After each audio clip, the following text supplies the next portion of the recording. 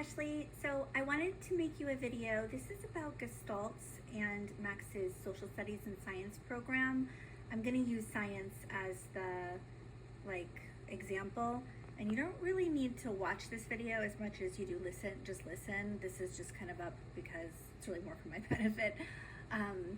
But I'm sure you've heard of Gestalt's before. I know that Bree has printed up some materials, and Gestalt's are basically just scripts. And for autistic language learners, a lot of them are Gestalt language processors.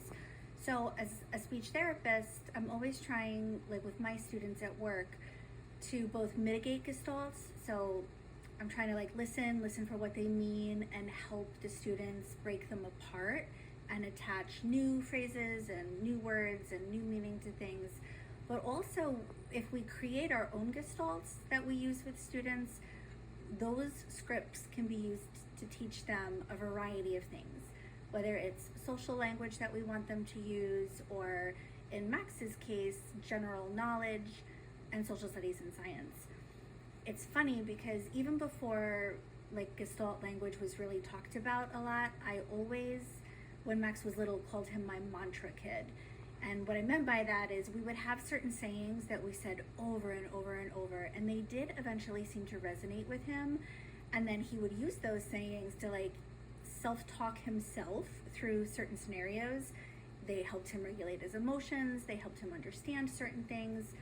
And it's funny because I called them mantras because a lot of the time it was mommy might leave, but she always comes back, things like that. But really, I think they were basically just Gestalts. They were scripts. And because that's how he learns language and he internalizes things, I think those whole phrases and whole sentences that we were using were extremely meaningful for him. So for Max's Social Studies and Science program, and really it's important to me because it's not so important to me that he's got all these social studies and science concepts as much as I just want his language to grow. I want his general knowledge to grow so that he can have more meaningful conversations, so he can just understand the world around him better and not feel confused. I want him to grow in those ways. And social studies and science, those are easy ways for us to use Gestalts and kind of target these concepts he might not otherwise learn about. So what I did for science, I made a whole video about it, and basically it's just a series of experiments, and there's scripts that are kind of right in here, and you'll see that.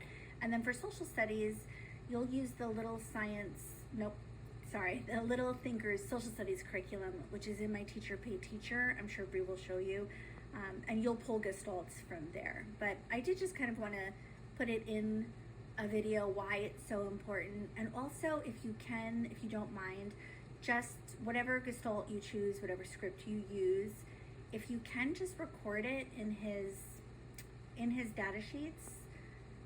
I'm not going to bring it up right now just because it'll take me a second, but in his data sheets in the Social Studies and Science section, if you don't mind just kind of recording the Gestalt that you do, because that way you don't have to write what lesson you did, you don't have to write a big narrative. If you list the Gestalt, then I'll know, oh, that's what they worked on, and then we can reinforce it at home. All right, if you have any questions, let me know. Thanks.